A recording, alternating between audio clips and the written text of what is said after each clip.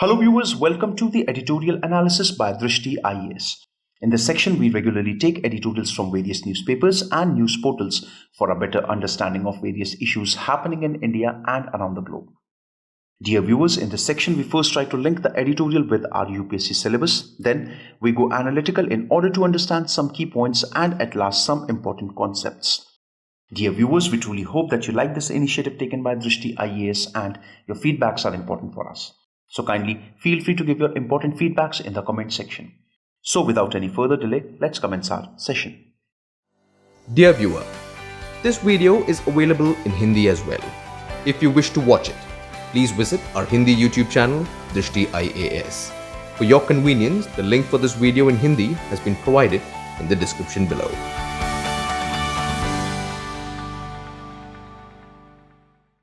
Today's editorial is taken from the Hindustan Times, published on 11th of January 2021. The title of today's editorial is The Diaspora Dilemma. If we try to link today's editorial with our UPSC syllabus, we can link it with GS Paper 2, which has sections that include polity, constitution, governance, and primarily with the segments that include international relations. Some key points from today's editorial. Over the weekend, India marked its 16th annual Pravasi Bharatiya Divas, an occasion to reach out to India's vast diaspora, which includes both Indian origin foreign citizens as well as non-resident Indians. Celebrate their achievements, connect them to their roots, and provide a framework for the diaspora's engagement with India's development story back home. Now, like we all know that the last weekend, that is on 9th of January, every year India celebrates is its Pravasi Bharatiya Divas. Now, the reason to celebrate Pravasi Bharatiya Divas is 9th January is that date when Mahatma Gandhi came to India from South Africa. Now, it is celebrated as an occasion to reach out to India's vast diaspora, which includes both people of Indian origin as well as the non-resident Indians, and to celebrate their achievements, what they have achieved in the outside world. Also, get them connected to the Indian roots. And the most important thing is to provide a framework for the diaspora's engagement with India's development story back home. Because it is quite important that if the Indian diaspora that is outside, if they are making a constant investment, if they are adding up to the economy of the country, that's going to be an advantage which all of us are looking for. The diaspora's ability to spread India's soft power, lobby for India's national interests, and contribute economically to India's rise is now well recognized. Now, one of the most important things that is to be noted that India diaspora has actually done a lot for the country. Whether we speak about spreading India's soft power, or whether it's about lobbying for India's national interest or contributing economically to the country, the Indian diaspora outside has done a tremendous job. However, the diaspora diplomacy has got its own sensitiveness, and we have to address this matter with a handle with care approach. The present scenario, the first issue is the role of diaspora in Indian democracy. The Indian state under Prime Minister Narendra Modi has stepped up its engagement with Indians and those of Indian origin abroad. Now, one of the most important things that we have to notice is the role of the Indian diaspora outside in Indian democracy. Now, we have to accept that point that under Prime Minister Narendra Modi, India has definitely stepped up and increased its engagement with Indians and the people who are living abroad. Now, be it England, be it United States of America, be it Dubai, be it Australia, many times when Prime Minister Modi has been on visit to these countries, he has not forgotten to have a dialogue, or you can say to have a conversation with the people of Indian origin. So we can definitely say that under Prime Minister Narendra Modi, India has definitely expanded its reach to people of Indian origin, or you can say the Pravasi Bharatiyas. But various other Indian political formations and social groups have done so too. This means the narrative of India is not homogeneous. However, one thing that should not be forgotten is it's not just Prime Minister Modi or Bharatiya Janata Party who has taken this initiative. There are many organizations, there are many Indian political groups, social groups who have followed the same approach. So this actually shows that the narrative when it comes to India, it is not homogeneous, rather it is heterogeneous. When we speak about the role of liberals, Kashmiris and Muslim diaspora in articulating apprehensions about the government's measure in 2019, the effective nullification of Article 317 Kashmir, the CAA, the NRC exercise in Assam, etc. So we have seen that many liberals, many Kashmiris, many people of Muslim religion who are Pravasi Bharatiya, what actually they have shown is that they have shown some apprehensions about the working mechanism of the present government. The people here weren't satisfied with the approach of how Article 370 was nullified, or if we speak about the CAA or the NRC that was carried out in Assam. So these group of people have actually shown some apprehensions, and it clearly shows that they are not satisfied with the present government or its working mechanism. Similar cases can be observed with reference to the recent farmer protest that is going on in Delhi.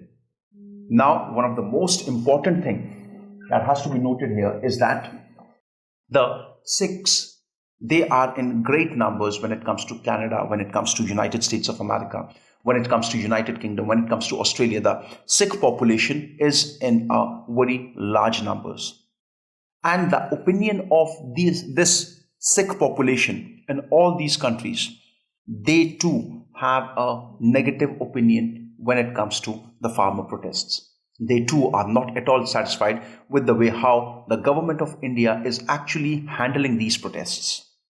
So this generates a political dynamic within their countries of residence, which in turn generates pressure on India.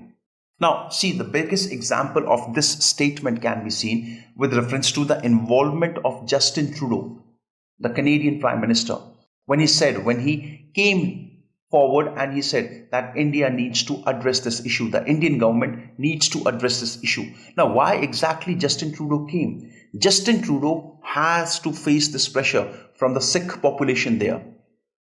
After all, it's politics, and in politics, the numbers matter. So what exactly Justin Trudeau realized that if I want to gain a control on the Sikh population in Canada, then I have to be a part of the issue which they are supporting. And as a result, Justin Trudeau came forward and asked the government of India to look into the matter as soon as possible. How Delhi uses the diaspora while also respecting their distinct views on India, which may vary with the official version, will remain a delicate issue. Now, the most important thing is how actually New Delhi uses this diaspora. See, there can be differences between the people and the government.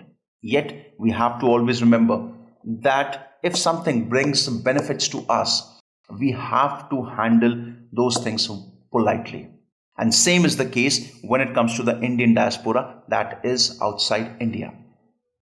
Sometimes they do not agree to what actually the government believes, but this is a very delicate issue, and like I have said previously, I'm saying it again, it is something that has to be handled with care. The way forward. The second issue is the role of the diaspora in the politics of their home countries. Now, one of the most important roles that this Indian diaspora residing outside, what role do they actually play in the politics of those countries?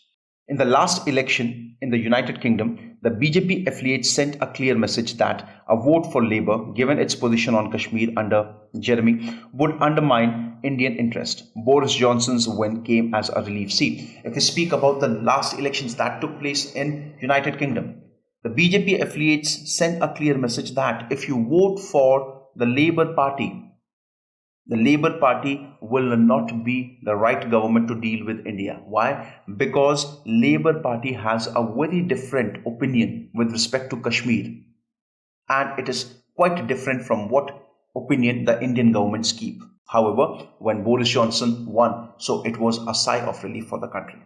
Also, in one of the recent elections that we saw in the United States of America, both Donald Trump and Joe Biden, they adopted a positive approach to the Indian interest. And that was only because of one simple reason, because of the voters.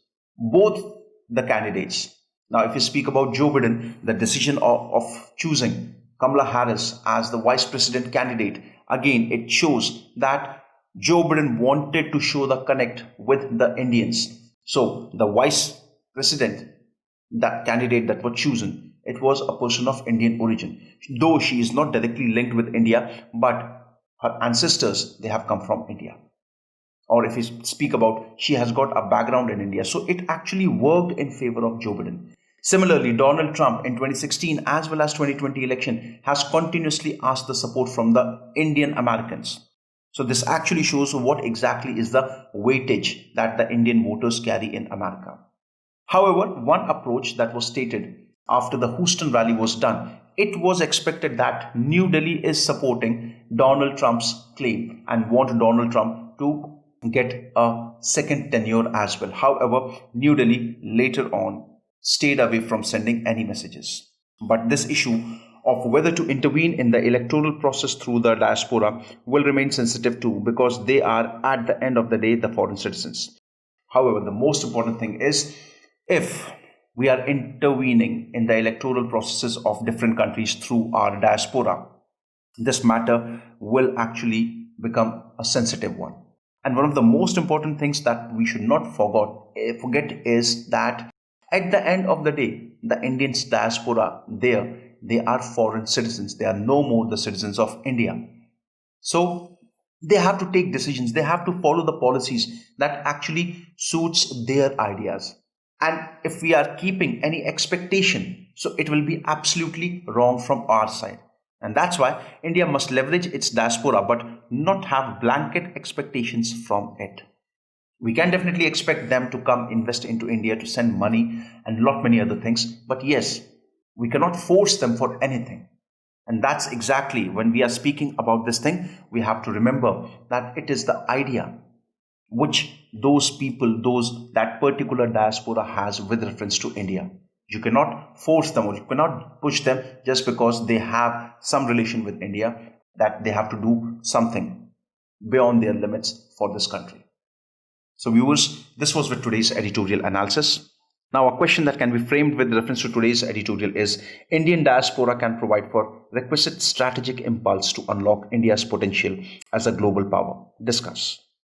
So viewers, I hope you liked today's editorial analysis. Thank you very much.